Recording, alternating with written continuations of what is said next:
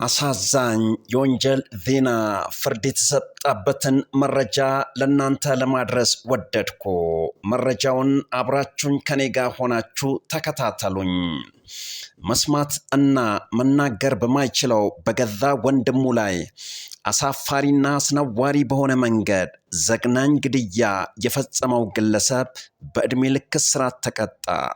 የጉራጌ ዞን ከፍተኛ ፍርድ ቤት መናገርና መስማት የተሳነውን የገዛ ወንድሙን በጭካኔ በገደለው ግለሰብ ላይ የዕድሜ ልክ ጽኑ እስራት መወሰኑን የጉራጌ ዞን ፍትህ መምሪያ ኃላፊ የሆኑት አቶ ኤልያስ ሰበልጋ ገለጹ። የፍትህ መምሪያው ኃላፊ አቶ ኤልያስ ሰበልጋ እንደተናገሩት ተከሳሹ ግለሰብ በወንጀል ሕግ አንቀጽ 539 ህዝባር ሀ መሰረት በከባድ የሰው መግደል ወንጀል ጥፋተኛ ተብሎ ይህ ቅጣት ውሳኔ ተላልፎበታል።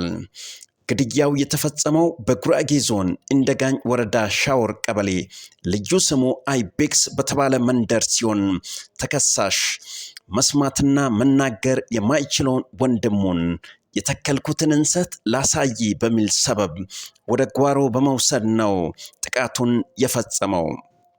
ግለሰቡ አስቀድሞ ባዘጋጀው የእንጨት ዱላ ወንድሙን መሬት ላይ በመጣል በጭካኔ ጭንቅላቱ ላይ ደጋግሞ በመምታት የጭንቅላቱ አጥንት እንዲሰበር በአንጎሉ ውስጥ ደም በመፍሰሱ ሕይወቱ እንዲያልፍ አድርጎታል። በተጨማሪ ሟች እጅና እግሩ ላይ ከባድ የአካል ጉዳት ማድረሱ በምርመራ ተረጋግጧል። ፍርድ ቤቱ የአቃቢ ሕግ ምስክሮችና የሕክምና ምርመራ ውጤቶችን መርምሮ ውሳኔ ሲያስተላልፍ ወንጀሉ በቤተሰብ አባል ላይ የተፈጸመ በመሆኑ ድርጊቱ እጅግ አሰቃቂና በነውረኝነት የተሞላ በመሆኑ ከግምት ውስጥ አስገብቶታል። ተከሳሹ ከዚህ ቀደም ስርቆትና በዛቻ ወንጀል የተከሰሰ የወንጀል ሪከርድ ያለበት በመሆኑ ለቅጣት ማክበጃ እንደ ምክንያትነት ተይዞለታል።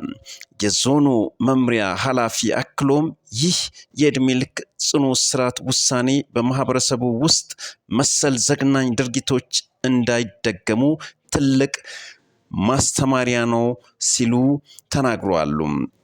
መረጃ በፍጥነት እንዲደርሳችሁ ሰብስክራይብ በማድረግ በያላችሁበት ሁሉ ሰላምና ጤና ተመኘሁላችሁ። አስተያየት ካላችሁ በኮሜንት መስጫ ሳጥን ላይ አስተያየት መስጠት ትችላላችሁ። እንደዚህ አይነት መረጃ ለእናንተ እያደረስኩ ቆይታ አደርጋለሁ። የተከበራችሁ